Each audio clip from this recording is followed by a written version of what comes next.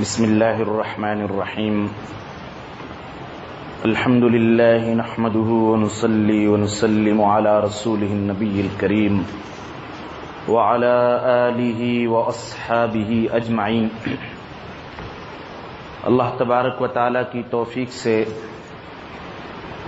آج کی حاضری میں قرآن کریم کے 23ویں پارے کے خاص مضامین اور اس کا خلاصہ بیان کیا جائے گا۔ 23ویں پارے کے آغاز میں قرآن کریم کا دل سورہ یاسین آتی ہے، جس کا آغاز 22ویں پارے کے آخر سے ہوتا ہے، اور ہم سورہ یاسین کی ابتدا سے آج کے درس کو شروع کریں گے۔ سورہ یاسین کو رسول اللہ صلی اللہ علیہ وسلم نے قرآن پاک کا دل فرمایا ہے۔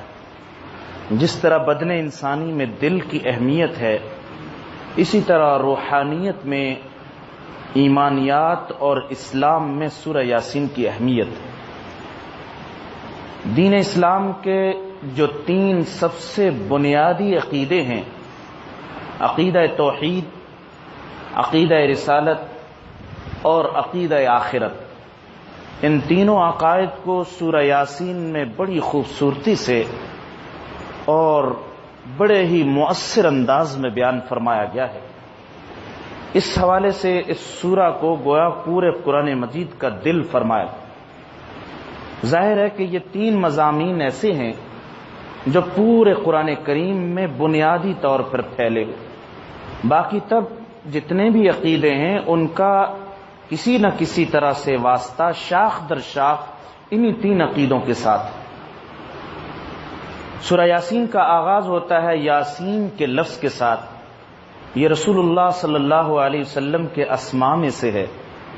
اللہ تبارک و تعالی نے اس سورت کے آغاز میں قرآن پاک کی قسم کھا کر فرمایا، انک لمن المرسلین۔ میں قرآن پاک کی قسم کھا کر کہتا ہوں۔ قرآن پاک کی قسم کھانا دراصل اپنے نام، اپنی صفت کی قسم کھانا، کیونکہ قرآن پاک اللہ سبحانہ و تعالی کی کلام اور اللہ ہی کی صفت ہے۔ یقیناً آپ رسولوں میں سے ایک رسول ہیں، یعنی ہم نے جو سلسلہ رسالت شروع کیا ہے ان میں سے آپ بھی اللہ کے رسول ہیں۔ میں اس بات پر قسم کھا کر کہتا ہوں۔ دیکھیے، پچھلے مضامین میں، پچھلے پاروں میں آپ نے پڑھا، بلکہ کل ہی کے پارے میں آیا، اللہ تعالیٰ نے اپنے حبیب صلی اللہ علیہ وسلم کی رسالت کی بہت ساری نشانیاں ذکر فرمائی۔ ان میں سے ایک گواہی خود اللہ سبحانہ و تعالیٰ کی گواہی، اور اللہ کی گواہی سب سے بڑی گواہی۔ یہاں گویا صاف فرماتا، علی صراط مستقیم، آپ کا راستہ سیدھا راستہ ہے، اور یہ جو قرآن اتارا گیا ہے یہ ایسی ذات کی طرف سے اتارا گیا جو بڑی غلبے والی، بڑی رحم کرنے والی ہے۔ اور قرآن کو اتارنے کا مقصد یہ ہے کہ آپ اپنی قوم کو، اپنی امت کو آخرت کے بارے میں، آنے والے احوال کے بارے میں ڈرائیں۔ چنانچہ اللہ تعالیٰ نے رسالت کے مضمون کو سورہ یاسین کے شروع میں ذکر فرمایا۔ رسالت کو اس لیے فوقیت دی، جب کسی رسول کا رسول ہونا مسلم اور عقیدہ اس پر مکمل ہو جائے گا تو اسی رسول نے اپنی زبان مبارک سے توحید بیان کی، اسی رسول نے آخرت کا عقیدہ بیان فرمایا، اسی رسول کی زبان مبارک نے بتلایا کہ میں جو آیات تلاوت کرتا ہوں یہ اللہ کی کلام ہے، تو وہ ساری باتیں خود بخود ثابت ہو جائیں گی۔ اس لیے سب سے پہلے رسالت کو ترجیح دی گئی۔ اللہ سبحانہ و تعالیٰ نے اس میں کفار کے بارے میں، چونکہ وہ سرکشی میں اور عناد اور ہٹ دھرمی میں اس حد تک آگے بڑھ چکے تھے، فرمایا کہ اب ان کی حالت یہ ہو گئی کہ اب ان کے دل ہدایت کے لیے سیل ہو چکے ہیں۔ اب آپ ان کو ڈرائیں یا نہ ڈرائیں، یہ لوگ اب ایمان لانے والے نہیں، ان کی کیفیت یہاں تک پہنچ گئی، اب کوئی ہدایت کی بات ان کے دل میں نہیں اترے گی۔ آگے فرمایا، انما تنذر من اتبع الذکر وخشی الرحمن بالغیب۔ ڈرانے کا فائدہ، کسی کو متنبہ کرنے کا فائدہ کون حاصل کرے گا؟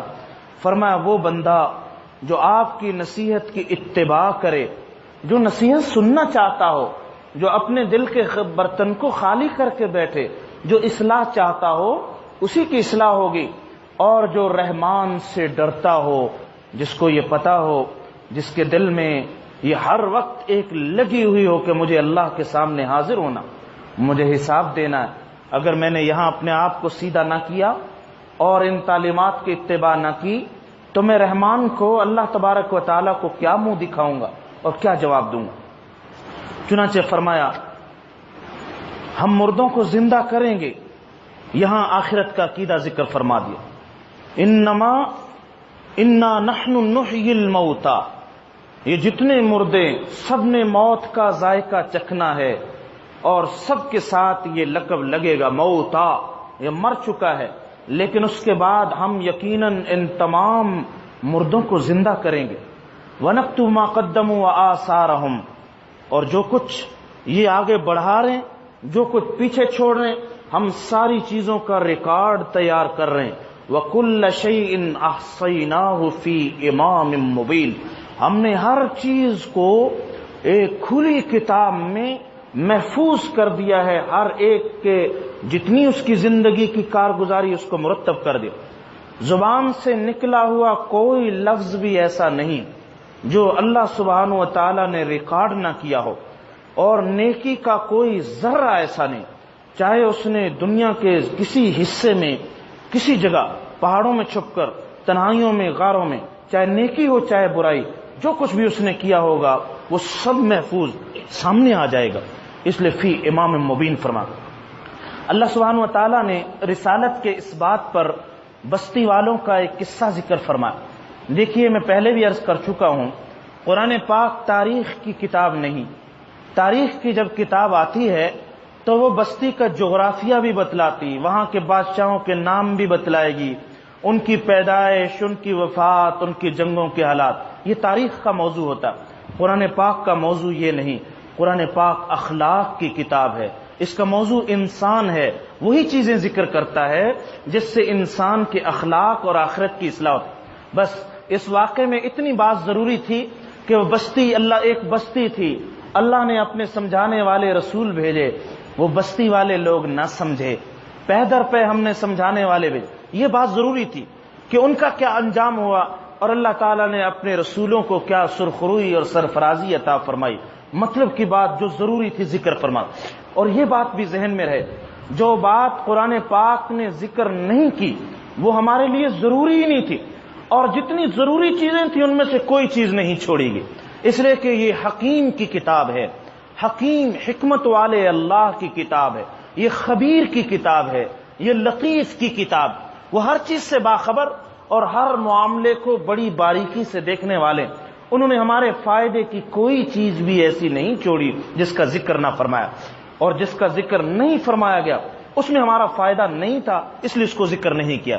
اس لیے اصول ذکر فرمایا حضرات مفسرین نے، ابہموا ما ابہمہ اللہ، جس بات کو اللہ نے مبہم چھوڑا اس کو مبہم ہی رہنا چاہیے، اس کی ٹو میں، اس کی تفتیش میں پڑھنا یہ صحیح طریقہ نہیں، اس لیے کہ اس کے مبہم رہنے میں ہی فائدہ تھا۔ قرآن پاک نے یہ واقعہ ذکر فرمایا، ہم نے ایک بستی کی طرف ان کو سمجھانے کے لیے، توحید کی دعوت دینے کے لیے، ان کی اصلاح کے لیے رسول بھیجے، ایک رسول بھیجا، دوسرا رسول بھیجا، فعززنا بثالث، پھر ہم نے ایک تیسرا رسول بھیجا۔ ان لوگوں نے آ کر کہا ہم اللہ کے رسول ہیں، ان لوگوں نے چھوٹتے ہی یہ جواب دیا، اور قرآن نے دوسرے مقام پہ فرمایا جو مترفین، خوشحال لوگ، پیسے والے، دولت والے، وہ سب سے پہلے پیغمبروں کے مقابلے میں آتے رہے، انہوں نے کہا ہم تم کو اپنی طرح کا ایک انسان سمجھتے ہیں، ہم تمہاری کسی فوقیت کو، کسی امتیازی وصف کو تسلیم کرنے کے لیے ہم تیار نہیں، ہماری طرح کہ تم انسان ہو، کھاتے ہو، پیتے ہو، تمہاری ضروریات، یہ تم جو دعویٰ کر رہے ہو ہمارے پاس وہی آتی ہے، ہم اللہ کے رسول ہیں، ہم اس کو نہیں تسلیم کریں، ہم نہیں مانتے۔ اور انہوں نے عناد اور ہٹ دھرمی کا یہ مظاہرہ کر دیا، صاف کہہ دیا ان انتم الا تکذبون، تم جھوٹ بولتے ہو، نعوذ باللہ، یہ ساری باتیں جھوٹی ہیں۔ پھر ان پیغمبروں نے یہی کہا ربنا یعلم، ہمارے رب جانتے ہیں ہم تمہاری طرف رسول بنا کر بھیجیں، تاکید سے فرمایا ہم یقیناً تمہاری طرف رسول بنا کے بھیجیں۔ اللہ کی نشانیاں دیکھو، ہماری تعلیم دیکھو، اصلاح کی تعلیم ہے، یہ افساد اور فساد کی تعلیم نہیں ہے۔ اور سنو، ہمارے ذمے صرف پہنچا دینا ہے، اور ہم نے واضح طور پر اللہ کا پیغام پہنچا دیا۔ بستی والے لوگوں کا مزاج دیکھیے، ظاہر ہے کہ ہر بستی میں کچھ تنگیاں، کچھ ترشیاں بھی آتی، کوئی حالات تنگی کے آتے ہیں، قحط سالی، کہیں بارش، اور یہ آدمی کے شامت اعمال کی آخری ڈگری ہے یہ کہ وہ ان سارے عذابوں کو بجائے اس کے کہ اپنے ہاتھوں کی کرتوت سمجھے، وہ ان ساری چیزوں کو اللہ کی برگزیدہ ہستیوں کی طرف منسوب کر دے۔ ظہر الفساد فی البر والبحر بما کسبت ایدی الناس، بر و بحر میں جو فساد برپا ہے وہ لوگوں کے ہاتھوں کی کمائی۔ یہ جو اللہ کی نافرمانیاں کرتے ہیں، اللہ اس کی وجہ سے بارشیں روک دیتے ہیں، خوشحالیاں روک، تنگیاں آتی، عذاب آتے، جھنجھوڑتے رہتے ہیں، یہ تو ان بدعمالیوں کا نتیجہ تھا۔ اور ان بدعمالیوں کو اگر کوئی اپنے مصلح اور طبیب ہی کی طرف منسوب کر، خدا نہ خواستہ ایک پیشنٹ ایسا ہے جو کینسر کا بیمار اور آخری سٹیج تک پہنچ گیا، ہلاکت کے قریب پہنچ چکا ہے، وہ اپنی ساری بیماری کا ملبہ اس ڈاکٹر پر ڈال دے جس نے رات دن لگا کر اس کی بیماری کے علاج کی کوشش کی، ان تیمارداروں پر ڈال دے جو اس کی خدمت گزاری میں وقت صرف کرے، اس سے بڑی شامت اعمال کوئی نہیں ہوتی۔ بس اس کی پکڑ کا وقت کرے۔ دیکھیے جی، ان لوگوں نے کیا کہا، یہ ہے اصل چیز جو سورہ یاسین سے سمجھنے کی۔ سورہ یاسین یاد رکھیے، صرف اس بات کے لیے نہیں کہ ہم دن کے آغاز میں اپنے کاروبار کی، گھر کی برکت کے لیے پڑھ لیں، بلا شبہ اللہ تعالیٰ نے قرآن مجید میں یہ برکت رکھی ہے، لیکن صرف اس کا یہ مقصد نہیں، اس سے بڑا مقصد، جب اس کو دل کہا گیا تو ہمارے دل بھی واقعتاً دل ہونے چاہیے جو اللہ سبحانہ و تعالیٰ کے نزدیک قابل تعریف دل۔ وہ جبھی ہوگا جب ہم ان ساری چیزوں کو اپنا لیں گے جو اس سورت نے ہمیں تعلیم دی ہے، اور ان چیزوں کو چھوڑیں گے جس سے باز رہنے کا اس سورت نے ہمیں درس دیا۔ قالوا انا تطیرنا بکم، وہ لوگ کہنے لگے ہم تمہیں بہت منحوس خیال کرتے ہیں، یہ تم جو رسولوں کا دعویٰ کر، تمہاری وجہ سے ہماری معیشت رک گئی۔ اب میں دور جدید کی زبان بھی بولوں گا، یہ جو تم اللہ اور اس کے رسول کا نام، یہ اسلام ہی ہماری ترقی میں رکاوٹ بنا ہوا ہے، یہ دین ہی ترقی میں رکاوٹ۔ یاد رکھیے یہ جملہ آج کا نہیں ہے، یہ پہلے زمانوں سے چلا آ رہا اور چلتا رہے گا۔ حق و باطل کی کشمکش یہی ہے جی، ترقی میں رکاوٹ، یہی دین اسلام۔ وہ کیا کہتے تھے قوم شعیب کے لوگ، یہ تمہاری نماز ہی روکتی ہے نا، یہ نماز تمہیں تلقین کرتی کہ ہمیں تم آ کر نصیحتیں کرتے ہو، بڑے نمازی بن رہے ہو، بڑے نمازی۔ اور اگلا جملہ سنی، انہم اناس، بڑا پاکیزہ متقی بن کر دکھا رہا ہے ہمیں، انہم اناس یتطہرون، بڑا پاکیزہ بن کے دکھا رہا ہے۔ دیکھو یہ کہہ رہے ہیں ہم تمہیں منحوس خیال کرتے ہیں، ہماری یہ ساری تنگیاں ترشیاں، یہ جو حالات صحیح نہیں ہو رہے، یہ تمہاری وجہ سے۔ بس یہ اس مریض کی مثال کو سامنے رکھی، اور مریض کی مثال بہت ادنا مثال ہے جو اپنے معالج اور مصلح ہی کو بیماری کا بنیادی سبب قرار دے دے۔ لئن لم تنتہوا، ہر دور کا باطل یہی دھمکی دیا کرتا ہے جو اس قوم نے دھمکی دی، اگر تم باز نہ آئے اس دعوت و تبلیغ کے کام سے، یہ جو ہم آواز و نصیحت، اگر ان کاموں سے بعد لنرجمنکم، ہم تمہیں سنسار کر دیں گے، ولیمسنکم منا عذاب علیم، سخت قسم کے عذاب سے دوچار کر دیے جاؤ گے، بہت سخت تکلیف پہنچائیں گے، ٹارچر کریں گے۔ ان پیغمبروں نے کہا طائرکم معکم، اللہ کے بندو تمہاری نحوست تمہارے اپنے ساتھ ہے، تمہارا کفر، تمہاری بد اعمالیاں یہی اللہ کی طرف سے رزق کی کشادگی میں رکاوٹ ہیں، اس بات کو سمجھ لو، آنکھیں کھول لو۔ نہیں سمجھے جی، بل انتم قوم مسرفون، تم تو ایسی قوم ہو دو حدوں سے تجاوز کرتے، حدوں سے تجاوز۔ سرکش انسان پتہ جی کس کو کہا جاتا؟ ایک دریا جو اپنے کناروں کے اندر چلے، یہ دریا کی خوبی ہے، کناروں کے اندر چل رہا، اگر اس کا پانی کناروں سے باہر نکل کر ارد گرد تباہی پھیلا دے، اس کو طغیانی کہا جاتا ہے، اس کو طغیانی بولتے۔ دریا میں طغیانی آ گئی، سمندر میں طغیانی آ گئی، اسی سے طاغوت کا لفظ نکلا۔ شیطان کو اسی لیے طاغی کہا جاتا ہے، یہ طاغوت، سرکش۔ ایک آدمی اللہ کا نافرمان ہے اور ایک نافرمانی میں حدوں سے آگے گزر جائے اور اس کی نافرمانی کی نحوست دوسروں تک بھی پہنچے اور دوسروں کو بھی سرکشی پہ، یہ شخص طاغوت کہلاتا ہے. یہ بہت، اس کو سرکش کہتے، یہ حدوں سے گزر. تم حدوں سے گزرنے والی قوم ہو. ظاہر ہے جب پیغمبر آتے ہیں، کچھ پیغمبروں کے ماننے والے کچھ مسکین کچھ غریب لوگ بھی ہوتے. بستی کے کنارے سے ایک بندہ آیا، نصرت کے لیے آیا. جیسے ایک بندہ دعوت دیتا دوسرا اس کی نصرت کے لیے. وہ آیا جی، دور سے آیا، اور وہ حبیب نجار تھا. نجار بڑئی کو کہتے ہیں. بڑئی ظاہر ہے کہ اتنا اعلیٰ پیشہ نہیں سمجھا جاتا. وہ آیا سمجھانے کے لیے. قرآن نے نقشہ کھینچا. وجاء من اقصى المدينة رجل يسعى. ایک آدمی بستی کے کونے سے جو دور کی کالونی تھی دوڑتا ہوا آیا. قال يا قوم اتبعوا المرسلين. میری قوم ان رسولوں کی بات مان لو. اتبعوا من لا يسألكم اجرا وهم مهتدون. ان لوگوں کی بات مانو، یہ تم سے کسی اجرت کا سوال کر رہے ہیں. انہوں نے تمہیں کہا کہ ہمیں اتنی اس کی فیس چاہیے، ہمارے لیکچر کی، ہمارے بیان کی یہ فی. اللہ کے دین کی دعوت، اللہ کی طرف بلانے پر فیس نہیں ہوتی. یہ کوئی دنیا کا کام تو نہیں کر رہے، تم سے پہلے فی طے کرتے. اس لیکچر کی اتنی فی ہے، اس ہوٹل میں ہونا چاہیے، فلاں جگہ ہونا چاہیے، یہ ہماری آنے جانے کی مراد، پیٹرول بھی ہوگا، فلاں بھی ہوگا، یہ بھی ہوگا، کھانا ایسا ہو. یہ چیزیں انہوں نے بتلائیں. یہ ہدایت یافتہ ہیں، تم سے کسی اجرت کا سوال نہیں کر رہی ہے، مخلص بندے، ان کی بات سمجھ لو. اور ساتھ یہ بھی کہہ دیا وما لی لا اعبد الذی. اب 23ویں پارے کا آغاز ہو رہا. وما لی لا اعبد الذی فطرنی والیہ ترجعون. یہ ایسی آیات ہیں جو دل کو جھنجھوڑ دینے والی آیات. اور سورہ یاسین کے مضامین ایسے ہیں کہ آدمی اگر ان میں غور اور تدبر کرے آدمی کا دل جھوم جائے. ایسے نصیحت والے مضامین. مجھے کیا ہوا کہ میں اس ذات کی عبادت نہ کروں جس نے مجھے پیدا کیا، میں اپنے رب کو چھوڑ دوں جس نے مجھے پیدا کیا.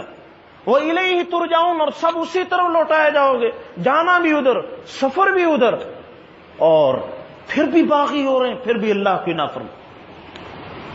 أَأَتَّخِذُ مِن دُونِهِ آلِهَةً. میں اللہ کو چھوڑ کر بتوں کو معبود بنا، جیسے تم لوگوں نے کیا ہوا. اگر رحمان کسی بات کا ارادہ فرما لیں، اگر وہ نقصان کا، عذاب کا ارادہ فرما لیں، کوئی کسی چیز کی سفارش کام نہیں آئے گی. یہ نہیں چھڑا سکیں گے جن کو تم معبود سمجھ رہے ہو، مشکل کشا سمجھ رہے ہو. نہ تمہاری حاجت پوری کر سکتے، نہ تمہیں کسی مشکل سے بچا سکتے. اگر میں نے ایسا کیا میں کھلی گمراہی میں پڑ جاؤں گا. انی اذا لفی ضلال مبین. انی آمنت بربکم فاسمعون. سنو میں اپنے رب پر اور تمہارے رب پر ایمان کا اعلان کر دیا جی. اور وہ سرکش لوگ تو تھے بستی کے، انہوں نے پکڑا حبیب نجار کو شہید کر دیا، مار مار کر شہید کر دیا. ادھر شہادت کا موقع آیا، اللہ نے فرشتے بھیج دیے. قیل ادخل الجنہ. فرشتے کہہ رہے ہیں جنت میں چلے جاؤ. اچھا دیکھیے جی، جنت تو ایک ہوگی اس وقت جب اللہ میدان حشر میں فیصلہ. اب کون سی جنت؟ یہ وہی برزخی زندگی ہے جس کے بارے میں رسول اللہ صلی اللہ علیہ وسلم نے فرمایا القبر روضۃ من ریاض الجنہ او حفرۃ من حفر النار. یہ جو قبر ہے یہ ہمیں دیکھنے میں گڑا لگتا، قبر لگتی، یا یہ جنت کا باغیچہ ہوتا ہے یا جہنم کے گڑوں میں سے گڑا ہوتا ہے. یہ برزخی زندگی. جنت میں چلے جاؤ. اللہ تعالیٰ جنت سے کھڑکی کھول دیتے، قبر کو کشادہ فرما دیتے. اگلی بات بڑی نصیحت والا. قال یا لیت قومی یعلمون. وہاں اللہ کے پاس ہیں، روح اعلی علیین میں پہنچ چکی، لیکن اتنے خیر خواہ، اتنا مخلص بندہ، مار مار کر جان لے لی. اب بھی کہہ رہا کاش میری قوم سمجھ لیتی اور جان لیتی. بما غفرنی ربی وجعلنی من المکرمین. میرے رب نے مجھے معاف کر دیا اور مجھے عزت والے لوگوں میں شامل کر دیا. کاش ان ساری چیزوں کو وہ لوگ جان لیتے. میں تو اپنی آنکھوں سے دیکھ رہا ہوں، وہ اللہ نے وعدے پورے کر دیے. وہ فرشتے بھی آئے، انہوں نے کفن بھی لے کے آئے، انہوں نے جنت کی خوشبو بھی لگائی، وہ جو حدیث میں آتا ہے. انہوں نے یہ بھی کہا یا ایھا النفس المطمئنہ، اے نفس مطمئنہ نکلو، اللہ سے راضی ہو. سب کچھ میں نے دیکھ لیا، اللہ نے معاف کر دیا. کسی کام پہ گرفت نہیں کی. ہے کاش میری یہ قوم سمجھ لے. اب ہمیں اللہ سبحانہ و تعالیٰ کا بہت شکر گزار بندہ ہونا چاہیے. اللہ تعالیٰ نے اس واقعے کو قرآن میں نقل فرما دیا تاکہ ہم اس زندگی میں جب ہوش ہے، حیات ہے، ہم واقعتاً اس کو جان لیں، اس کو سمجھ لیں. آج سمجھ لینا، آج غور و فکر کرنا بڑے فائدے کی چیز، اور آنکھیں بند کر لینا کسی طرح ہمارے حق میں نہیں. میں نے پہلے بھی مثال دی، علامہ دمیری رحمۃ اللہ علیہ بہت بڑے امام گزرے، حیاتیات کے خاص طور بڑے امام تھے. انہوں نے حیات الحیوان بڑی خوبصورت کتاب فرماتے، انہوں نے کبوتر کی خاصیتوں میں لکھا کبوتر جب بلی کو دیکھتا آنکھیں بند کر لے موت کے ڈر سے کہ مجھے بلی نہیں دیکھے گی، جب بلی نہیں دیکھے گی تو میں بچ جاؤں. فرمایا کبوتر کی طرح آنکھیں بند کرنے سے موت سے بچنی اور موت کے منہ میں چلے. یاد رکھیے ان تعلیمات سے، اللہ اور اس کے رسول کے فرامین سے ہم آنکھیں بند کر کے یا سنی انسنی کر کے ہم بچ نہیں سکیں گے. ہم جہاں اسی طرف رہیں جدھر ساری کی ساری انسانیت نے جانا. اس لیے ہم سمجھ لیں، مراقبہ کیا کریں اور غور و فکر. یہ ساری باتیں اس لیے کہ ہم تصور میں خاص طور پہ جب تنہائی میں ہوں ان باتوں کو سوچا کریں. آگے اللہ سبحانہ و تعالیٰ نے اپنی قدرت کی بڑی عجیب الشان نشانیاں ذکر فرما کر عقیدہ توحید کو، اپنی شانوں کو ذکر فرمایا ان کے لیے اگر یہ نشانی دیکھنا چاہتے ہیں ہم مردوں کو کس طرح زندہ کریں گے، یہ زمین کو دیکھ لے، مردہ زمین کو دیکھ لے. مردہ زمین پر ہم پانی برساتے ہیں، ساری زمین سے پودے ہی پودے، گھاس پھوس، پوری زمین بھر جاتی ہے. کہاں سے نکل آتے؟ پہلے اس میں کوئی حیات کے آثار نہیں تھے، پودے نکل.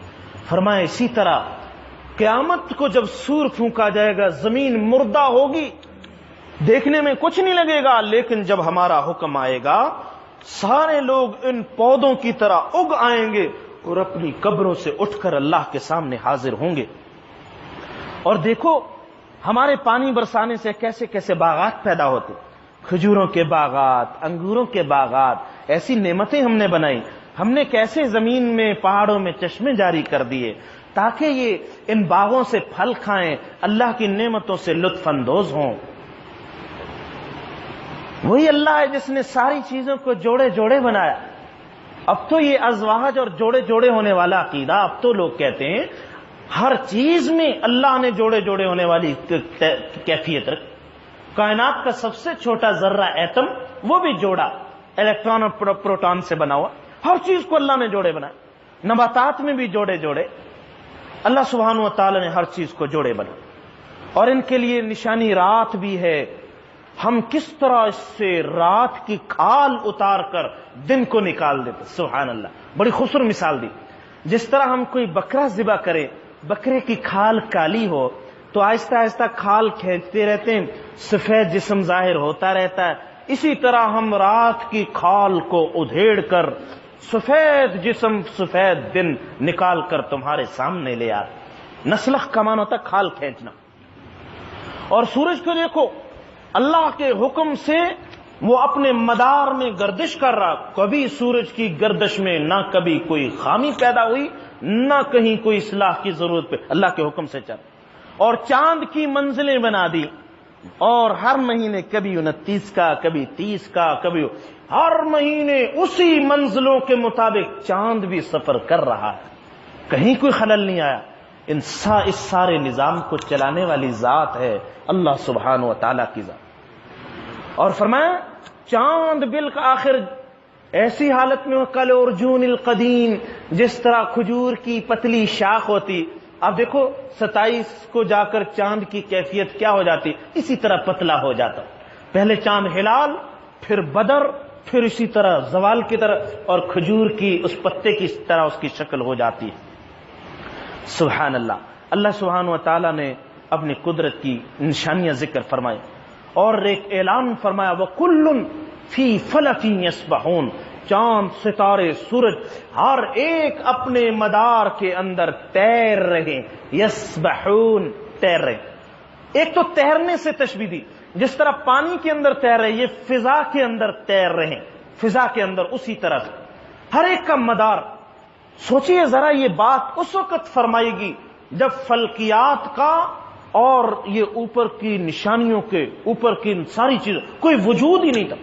19ویں صدی، 20ویں صدی، 21ویں صدی جب سائنس ترقی کی، اب وہ آ کر بولی اوہو جو 1400 سال پہلے قرآن نے چیزیں ذکر فرمائی یہ اسی طرح کے ساتھ ہو رہی. اللہ تعالیٰ اس کے ذریعے اپنی قدرت کی چیزوں اور ان کے انکشافات کو، ان چیزوں کو واضح فرما. جیسے جیسے سائنس ترقی کرے گی، قرآن پاک کی آیات اپنے گھونگھٹ کو اور کھولتی رہیں گی اور حقیقتیں اور زیادہ کھل کر سامنے آتی رہیں گی. بس ابھی جہاں کہیں سمجھ میں نہیں آ رہی بات قرآن کی، ابھی ترقی میں کمی ہے، ابھی ان کو دعوت ہے اور ترقی کرو اور دیکھو کائنات کی چیزوں کو، اللہ کے حقائق، اللہ سبحانہ و تعالیٰ کی قدرت کی نشانیاں اور ظاہر ہوں. ان قدرت کی نشانیوں کو ذکر فرما کر فرمایا وہی بات جو اس سورت کا سب سے بڑا موضوع ہے، قیامت کا موضوع. ابھی تو یہ لوگ پوچھ رہے ہیں یہ قیامت کب ہوگی؟ اے نبی صلی اللہ علیہ وسلم، یہ ایک بہت بڑی چیخ کا انتظار کر رہے ہیں. وہ چیخ آ کر ان کو پکڑے گی جب حضرت اسرافیل سور پھونکیں گے. وَهُمْ يَخِصِّمُونَ، یہ اس وقت بحث و مباحثہ میں لگے ہوں. جیسے آدمی کاروبار میں بارگیننگ کر رہا ہوتا، نہیں اتنے کا سودا، نہیں اتنے کا. یہ دکانوں میں بیٹھے بارگیننگ کر رہے ہوں گے اور بحث و مباحثہ کر رہے ہوں گے. گھروں میں بیٹھے اپنے اہم معاملات کے بارے میں مشورے کر رہے ہوں گے. ایک دم چیخ آئے گی اور قیامت برپا ہو گئی. حدیث میں آتا ہے اگر تاجر نے کپڑے کا تھان پھیلایا ہوگا اس کو تھان لپیٹنے کی فرصت نہیں ہوگی، قیامت برپا ہو جائے گی. وہ جو قیامت کی پہلی فَلَا يَسْتَطِيعُونَ تَوْصِيَةً، اتنا موقع بھی نہیں ملے گا یہ وصیت کر سکیں، کسی کو یہ کہہ سکیں، وصیت کا موقع بھی نہیں ملے، دو بول بولنے کا موقع نہیں ہوگا. وَلَا إِلَىٰ أَهْلِهِمْ يَرْجِعُونَ، اپنی دکان، اپنے کاروبار، بزنس کی جگہ سے گھر تک لوٹنے کا بھی موقع نہیں دیا جائے. وہیں آ کر ان کو چیخ پکڑے گی قیامت. جب یہ سارے کے سارے مر جائیں گے، وَنُفِخَ فِي الصُّورِ، پھر دوبارہ سور پھونکا جائے گا. فَإِذَا هُم مِّنَ الْأَجْدَاثِ إِلَىٰ رَبِّهِمْ يَنْسِلُونَ، سارے اپنی قبروں سے مٹی جھاڑتے اٹھیں گے اور اللہ کے حکم سے اپنے رب کی طرف دوڑ کر چل رہے ہوں گے. یہ سارے کس طرف جا رہے ہیں؟ رب کے سامنے حاضری کے لیے. اس وقت کافر کہیں گے قالوا یا ویلنا من بعثنا من مرقدنا هذا، ہے ہماری بربادی، ہم تو اچھا بلا قبروں میں تھے، ہمیں ہماری قبروں سے کس نے اٹھا دیا؟ جواب ملے گا هذا ما وعد الرحمن، یہ وہی بات ہے جس کا رحمان نے وعدہ کیا تھا. وصدق المرسلون، اور رسولوں نے سچی بات کہی تھی، آج وہ سچی بات ظاہر ہو گئی. یہ ایک چیخ ہوگی، سارے لوگ ہمارے سامنے حاضر ہو جائیں گے. آج کے دن کسی نفس پر ذرہ برابر ظلم نہیں ہوگا، جو کچھ تم عمل کرتے رہے ہو اسی کا بدلہ ملے گا. وہ بدلہ کیا ہوگا؟ ان اصحاب الجنت اليوم فی شغل فاکہون، جنت والے لوگ بڑے مزے میں ہوں گے، ہلہ گلا کر رہے ہوں گے اور پھلوں سے لطف اندوز ہو رہے ہوں گے. ہم وازواجہم، وہ اور ان کی بیویاں سائبانوں میں ہوں گے، بالا خانے ہوں گے. علی الارائک متکئون، گاؤ تکیے پہ ٹیک لگا کر آپس میں خوش گپیوں میں مصروف ہوں گے. لہم فیہا فاکہہ، طرح طرح کے پھل اور میوہ جات ہوں گے. وَلَهُم مَا يَدَّعُونَ، یہ تو ہم نے مثال دی، جو کچھ مانگیں گے اللہ ان کو عطا فرمائیں. ان کے دل میں ارادہ آئے گا وہ چیز فوراً ان کے سامنے حاضر کر دی جائے گی. سلام، اور سلامتی کا پیغام بھی آئے گا. اللہ سبحانہ و تعالی قولا من رب الرحیم، اس رب کی طرف سے جو بڑے رحم والا، یہ بات کہی جائے گی سلام سلام، تمہارے اوپر سلام ہو. سلامتی کا کلمہ کہا جائے گا. اور دوسری طرف مجرموں کو کہا جائے گا سب الگ الگ ہو جاؤ. وامتازوا اليوم ایھا المجرمون، اے بنی آدم کیا میں نے تم سے یہ وعدہ نہیں لیا تھا کہ تم شیطان کی عبادت نہیں کرو گے؟ انہ لکم عدو مبین، وہ تمہارا کھلا دشمن. یہاں میرے محترم بھائیوں ایک بات پہ ہم غور کر لیں. قرآن یہ فرما رہا ہے کہ مجرموں سے کہا جائے گا تم نہیں کہا تھا کہ تم شیطان کی عبادت نہ کرنا. آج کون شخص ہے جو شیطان کو رکوع اور سجدہ کر رہا ہے؟ جی کہیں نظر نہیں آتا. اس سے مراد کیا ہے؟ شیطان کی اطاعت کرنا، یہی دراصل عبادت کرنا. اصل اطاعت اللہ اور اس کے رسول کی ہے، اور اللہ اور اس کے رسول کے حکم کے سامنے کسی اور کے حکم کو کوئی ترجیح نہیں۔ اللہ اور اس کے رسول کا فیصلہ حکم حرف آخر۔ اگر کوئی بندہ یہ مقام اللہ کے علاوہ کسی کو دے دے کہ جس بات کا وہ حکم دے اس کی پیروی، جو وہ کہہ دے وہ حکم سب سے اونچا، اس کے حکم کے آگے اللہ اور اس کے رسول کے حکم کو پس پشت، اس کا مطلب یہ ہوا اس نے وہ مقام اور منصب شیطان کو وہی عطا کر دیا جو ہونا یہ چاہیے تھا کہ اللہ سبحانہ و تعالیٰ کی ایسی اطاعت کر۔ اسی کو قرآن نے عبادت سے تعبیر کی اور فرمایا وَأَنِعْبُدُونِ، میں نے یہ نہیں کہا تھا میری عبادت کرنا یہی سیدھا راستہ ہے۔ اور شیطان نے تم سے پہلے لوگوں کو بھی بہت گمراہ کیا، کیا تم سمجھ نہیں رکھتے؟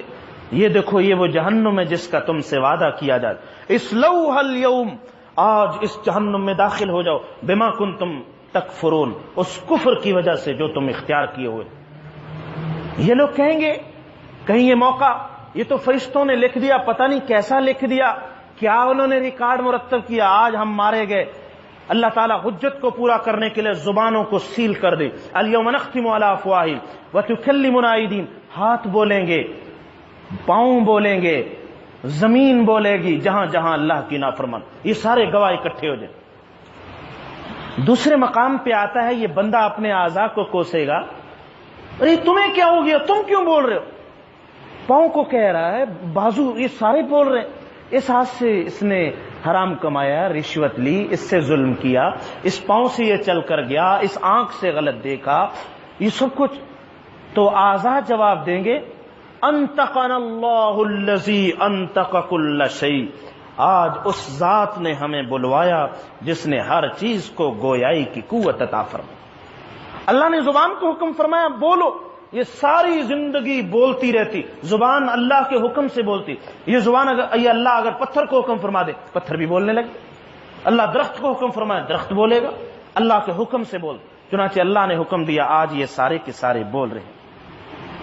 قرآن کریم نے سورہ یاسین کے آخر میں مزید پھر اسی عقیدے کو واضح فرمایا، وہ اللہ جو مخلوق کو پہلی دفعہ پیدا کر سکتا ہے، اور تم سب دیکھ رہے ہو اللہ نے سارا جہان بنایا، سارے انسان پیدا فرمائے، وہ اللہ دوبارہ بھی پیدا کر سکتا ہے۔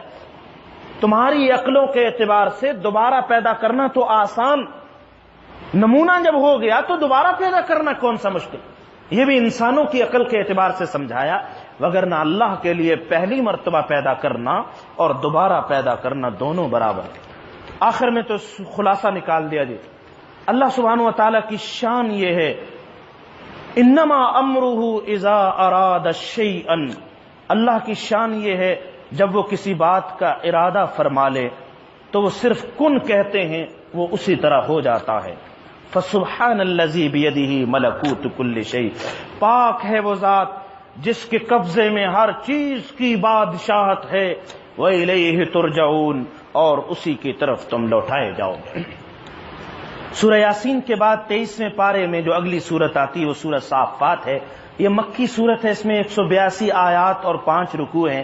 اللہ تعالیٰ نے شروع میں فرشتوں کی قسمیں کھائیں، وہ فرشتے جو صف باندھ کر اللہ کے سامنے کھڑے ہوں گے، فرشتوں کی قسمیں کھانے فرمایا ان الہکم لواحد، تمہارا ایک ہی معبود ہے جو آسمان و زمین کا رب ہے، آسمان و زمین کی بیچ والی چیزوں کا رب ہے، مشرق و مغرب کا اللہ رب ہے۔ اس اللہ نے آسمانوں کو ستاروں کے ذریعے مزین فرمایا، اور ستاروں کو اللہ نے شیطانوں کے رجم کرنے کا ذریعہ بھی بنایا۔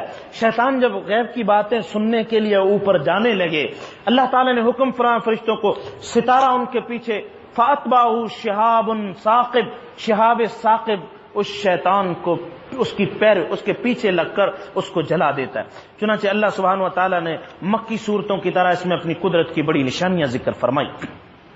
ایک اعلان فرمایا گیا انکم لذائق العذاب العلیم وما تجزون الا ما کنتم تعملون الا عباد اللہ المخلصین، اللہ کے جو مخلص بندے ہوں گے وہ قیامت میں اور آخرت کے عذابوں سے بچ جائیں گے۔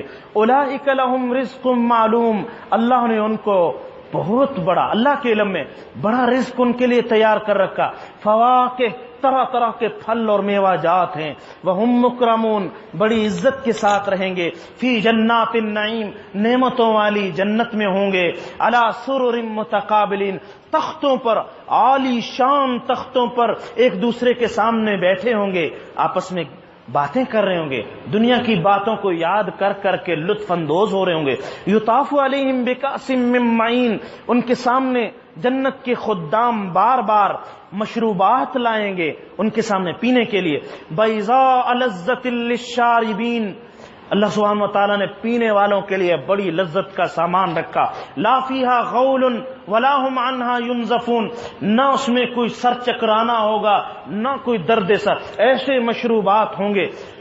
اور ان کے پاس موٹی موٹی آنکھوں والی، عندہم قاصرات الطرف، جن کی نظریں صرف اپنی شوہروں پر بند ہوں گی، ایسی بیویاں، ایسی حوریں ہوں گی. کأنہن بیض مکنون، وہ ایسے ہوں گی جیسے سفید انڈے، موتی مکنون، جن کو پردوں کے اندر چھپایا گیا، جیسے موتی سپی سے نکلا ہو اور تر و تازہ اور سفید ہوتا ہے، جس پر گرد کا ذرہ نہیں ہوتا. اللہ سبحانہ وتعالیٰ نے ان کے حسن کا نقشہ کھینچا. فأقبل بعضهم على بعض يتساءلون، ایک دوسرے سے گفتگو کر رہے ہوں گے، باتیں کر رہے ہوں گے. قال قائل، ایک آدمی یہ کہے گا جنتی، انی کان لی قرین، دنیا میں ایک میرا دوست ہوتا تھا، ایک کاروبار میں پارٹنر ہوتا تھا، دوست ہوتا تھا، دفتر میں ملازم ہوتا تھا. یقول اِنَّكَ لَمِنَ الْمُصَدَّقِينَ، وہ مجھے کہا کرتا تھا یہ جو قیامت کی باتیں، یہ جو دین کی باتیں کر رہے اس میں سچے ہو کیا؟ جب ہم مر جائیں گے اور مٹی مٹی ہو جائیں گے، ہڈیاں ہماری گل جائیں گی، ہم دوبارہ اللہ کے سامنے کھڑے ہوں گے، کیا یہ ایسی باتیں ہوں گی؟ مجھے کہا کرتا تھا یہ تم کیسی باتوں پہ، ایسی بے عقلی کی باتوں پہ کیوں یقین کرتے ہو؟ یہ ساری باتیں غلط. بابر بعیش کوش کہ عالم دوبارہ نیز، ارے دنیا یہی جو مزہ اڑانا اڑا لو، کون مرے گا، کون دوبارہ زندہ ہوگا، ایسے خامخواہ مذہبی باتیں، خیالی باتیں، ان کا کسی حقیقت سے کوئی تعلق. وہ مجھے ایسی ایسی باتوں کی میرا دوست مجھے تلقین کیا کرتا تھا. اللہ تعالیٰ کی طرف سے فرشتہ پوچھے گا، ہل انتم مطلعون، بتلاؤ اس بندے کو دیکھنا چاہتے ہو؟ اگر ہم اس کا منظر دکھا دیں جو قیامت کا اور آخرت کا انکار کرنے والا. فطلع، اللہ سبحانہ وتعالیٰ اس کے سامنے کھول دیں گے، وہ جھانک کر دیکھے گا، منظر لایا جائے گا سامنے. فرآہ فی سواء الجحیم، اس کو جہنم کے درمیان میں دیکھے گا. قال، وہ کہے گا، یہ جنتی اس کو خطاب، اللہ تعالیٰ گفتگو کریں، تاللہ ان کدت لتردین، اللہ کی قسم اگر میں تیری باتوں میں آ جاتا تو میں تو برباد ہو جاتا، تو مجھے ہلاکت میں ڈالنے والا تھا.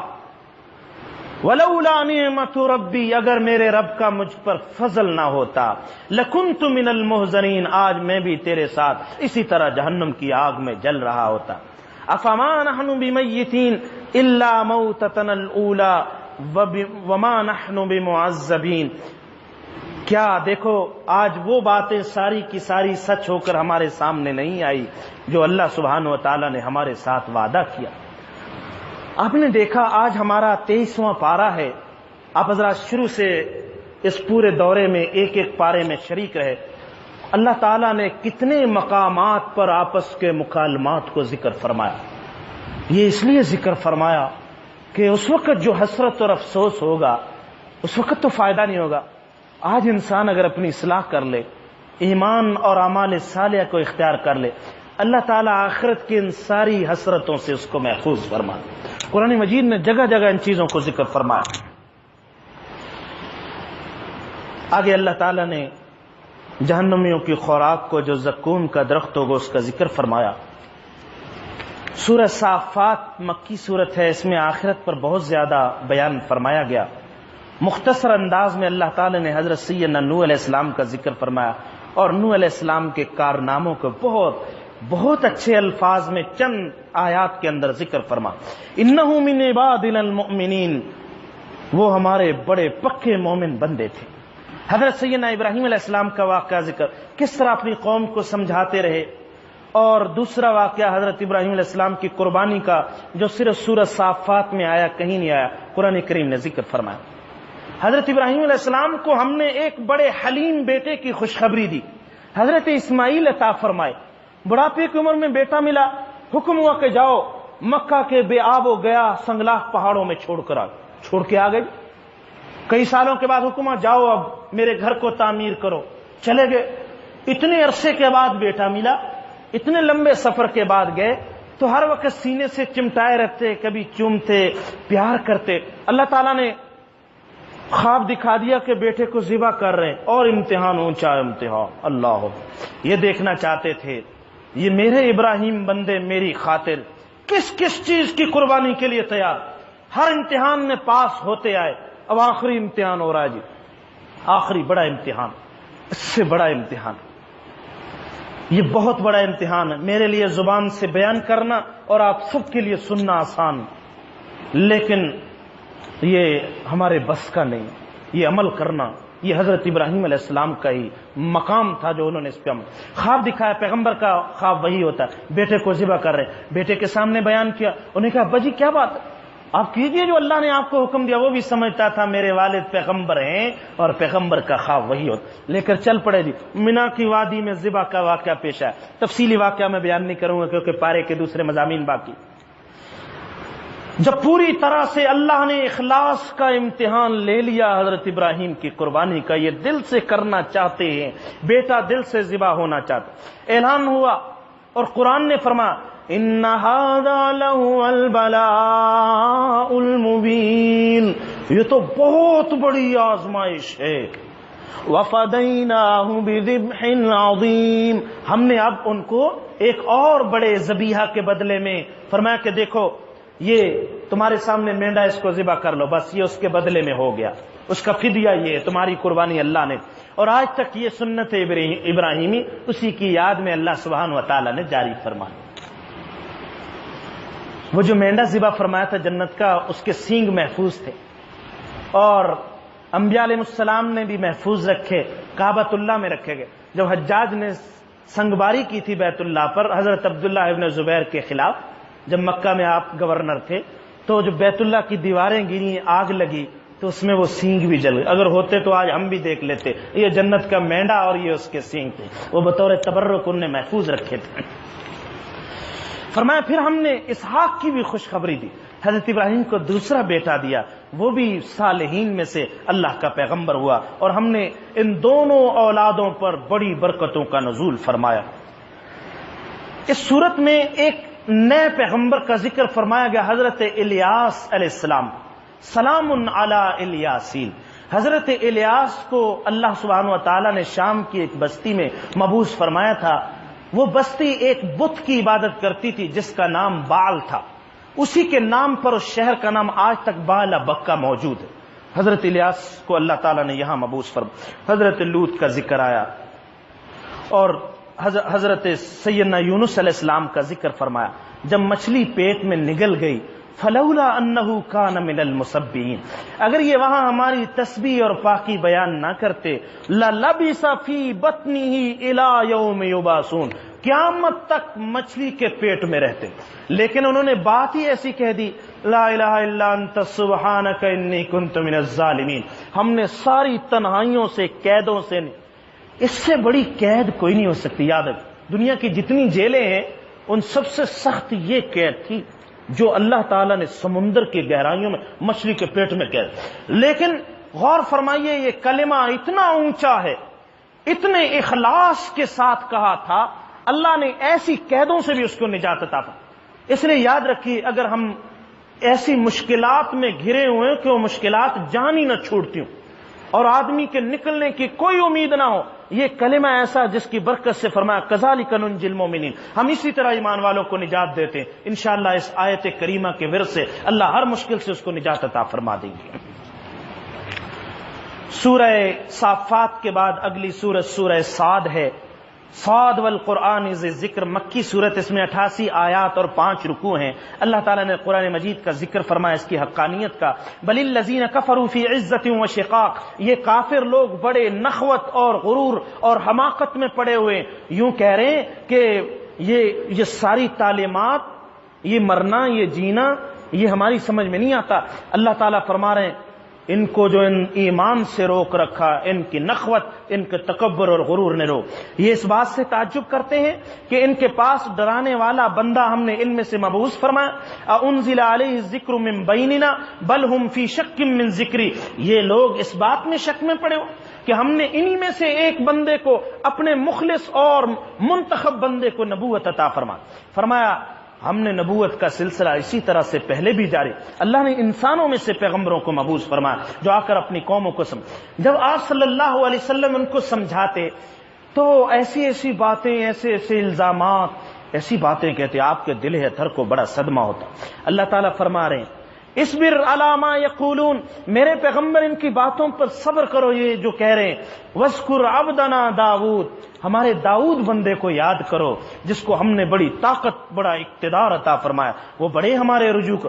اللہ تعالیٰ نے حضرت داؤد کے ساتھ پہاڑوں کو، پرندوں کو مسخر فرما دیا تھا جو حضرت داؤد کی تسبیح کے ساتھ مل کر تسبیح بیان کرتے، صبح و شام حضرت داؤد اللہ کے ذکر میں، اللہ کی تسبیح میں مشغول ہوتے، اور پہاڑ اور پرندے بھی حضرت داؤد کے ساتھ مل کر تسبیح بیان کرتے۔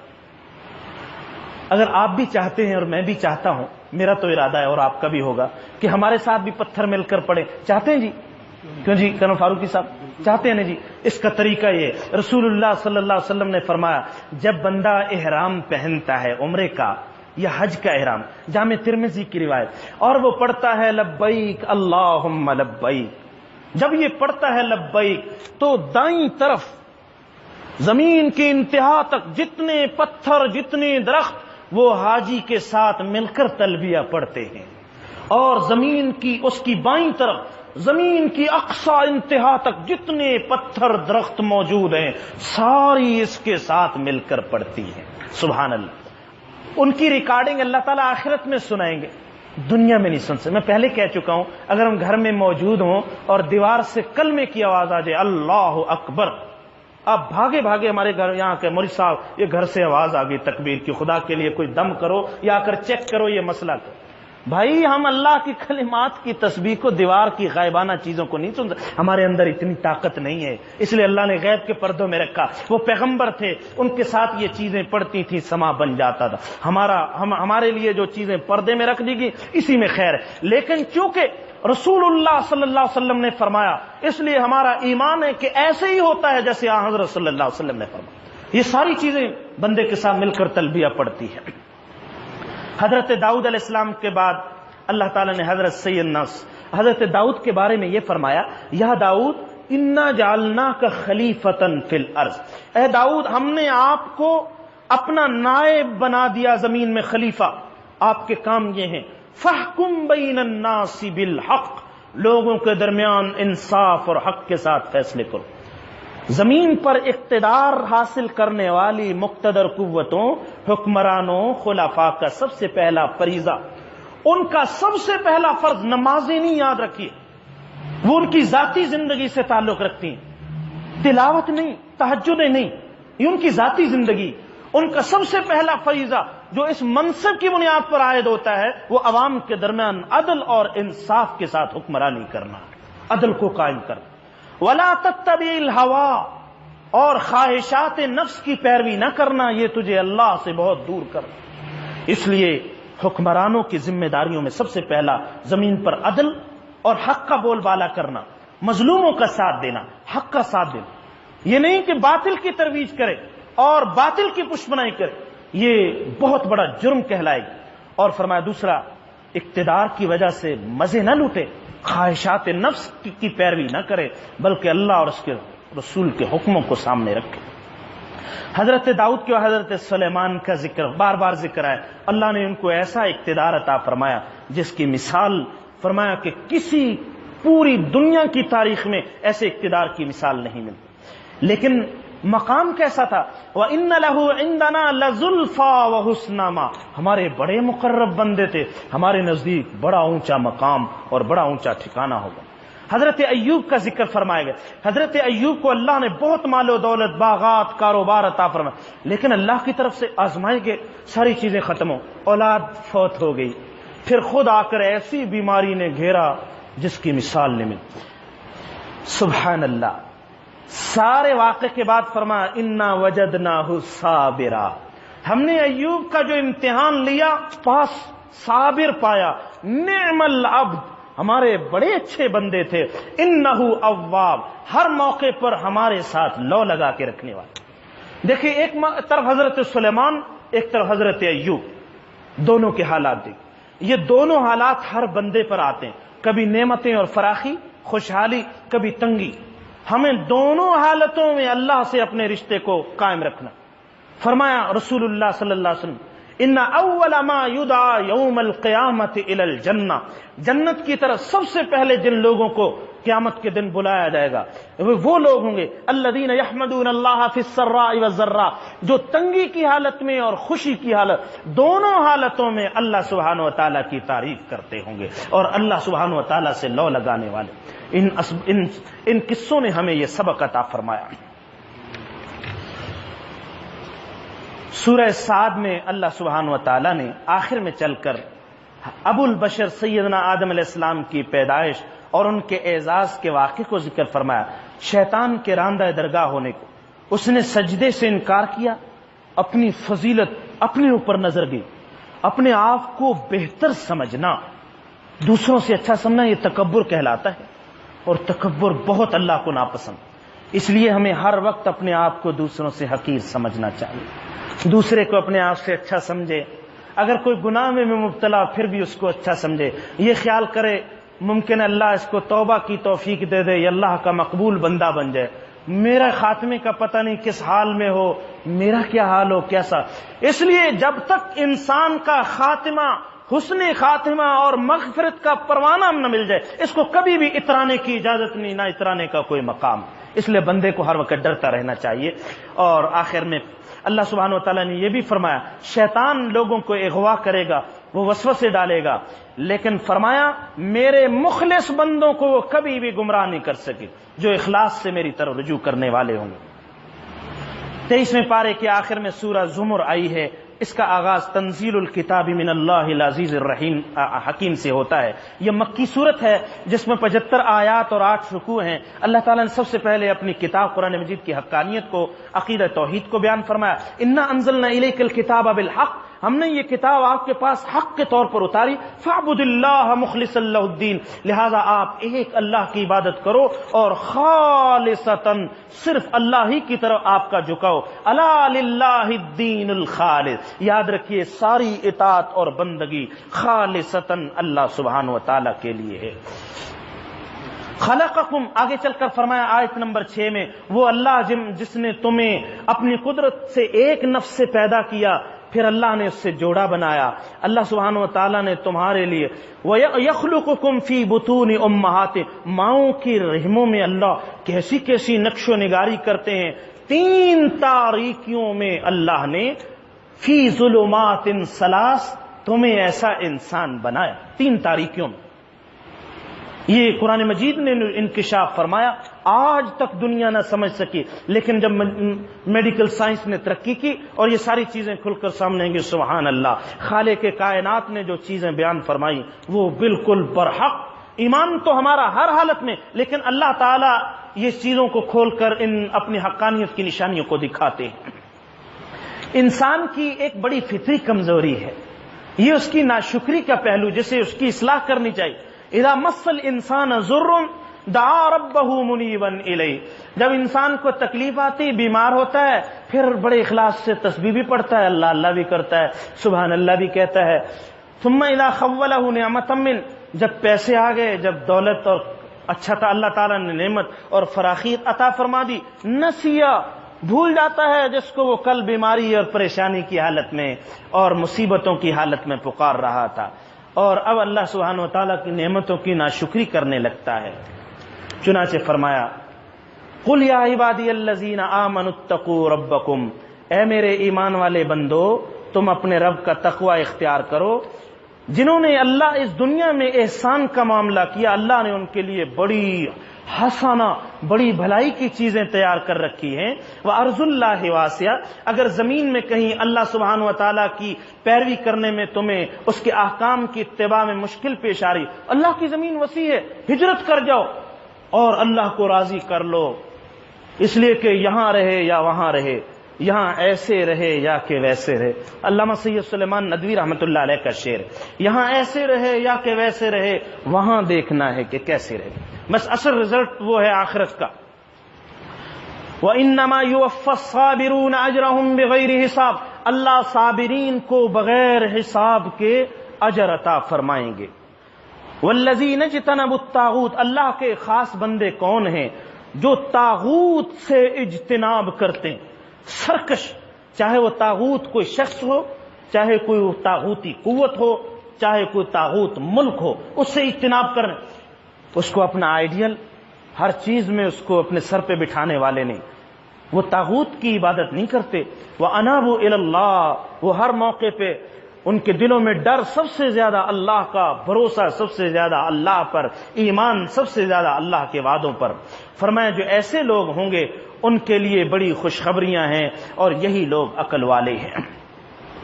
تقوی کا بڑا عظیم انعام آخر میں ذکر فرمایا، لَٰكِنِ الَّذِينَ اتَّقَوْا رَبَّهُمْ، وہ لوگ جنہوں نے تقوی اختیار کیا، لَهُمْ غُرَفٌ، ان کے لیے بالا خانے ہوں گے، مِن فَوْقِهَا غُرَفٌ، اس کے اوپر اور بالا خانہ، یعنی کئی کئی منزلہ اللہ سبحانہ و تعالی محلات عطا فرمائیں، جن کے نیچے سے نہریں جاری، نیچے سے بھی ہو سکتی، آبشاریں، نہریں اور محلات کے اندر بھی ہوں گے۔ کیا حسن ہوگا جس کا انسان اس دنیا میں تصور بھی نہیں کر سکتا۔ افمن شرح اللہ صدرہ للاسلام فہو علی نور من ربی، بس یہ آخری آیت، وہ بندہ جس کے سینے کو اللہ اسلام کے لیے کھول دے، ہر اللہ کا حکم سمجھ میں آ جائے اور مطمئن ہو جائے، بس یہ اللہ تعالیٰ کے بڑے انعام پر، فہو علی نور من ربی، یہ نور والے راستے پر چل رہا ہے، یہ جنت کے راستے پر۔ فویل للقاسیۃ قلوبہم من، جن کے دلوں میں سختی ہے، جن کے دلوں میں اشکالات، سوالات کی کانٹیں، احکام اسلام پر مطمئن نہیں، شک و شبہ کی حالت میں رہتے ہیں، فرما اولئک فی ضلال مبین، یہ بڑی دور کی گمراہی۔ یاد رکھیے ظاہری اعتبار سے فشار خون، یعنی جو بلڈ پریشر، یہ جیسے والو بند ہو جاتے ہیں، یہ جو دل کی بیماری، انجائنا، یہ چیزیں ہوتی ہیں، یہ اتنا دل کو نقصان نہیں پہنچاتی جتنا اللہ کے احکام کے بارے میں دل اندر سے تنگ ہو جائے، یہ آخرت کو برباد کرنے والا۔ ظاہری دل کی بیماری سے صرف دنیا کی حیات ختم ہوگی، اس سے زیادہ کچھ نہیں نقصان ہو سکتا، لیکن خدا نخواستہ اگر دل قاسی ہو گیا اور سخت ہو گیا کہ اللہ سبحانہ و تعالیٰ کے احکام، ہدایت اور نور کی بات اندر نہیں اترتی، وہ ہمیشہ ہمیشہ کی زندگی اس سے ختم ہو جائے گی۔ انک میت، اے پیغمبر آپ نے بھی موت کا ذائقہ چکھنا ہے، آپ نے بھی چکھ لیا۔ انہم میتون، یہ سب میت ہوں گے، موت کا ذائقہ چکھیں گے۔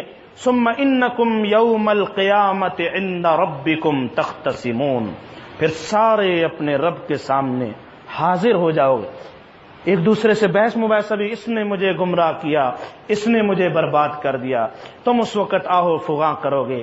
اللہ سبحانہ و تعالی مجھے اور آپ کو قرآن پاک کی ان تعلیمات پر عمل پیرا ہونے کی توفیق عطا فرمائے۔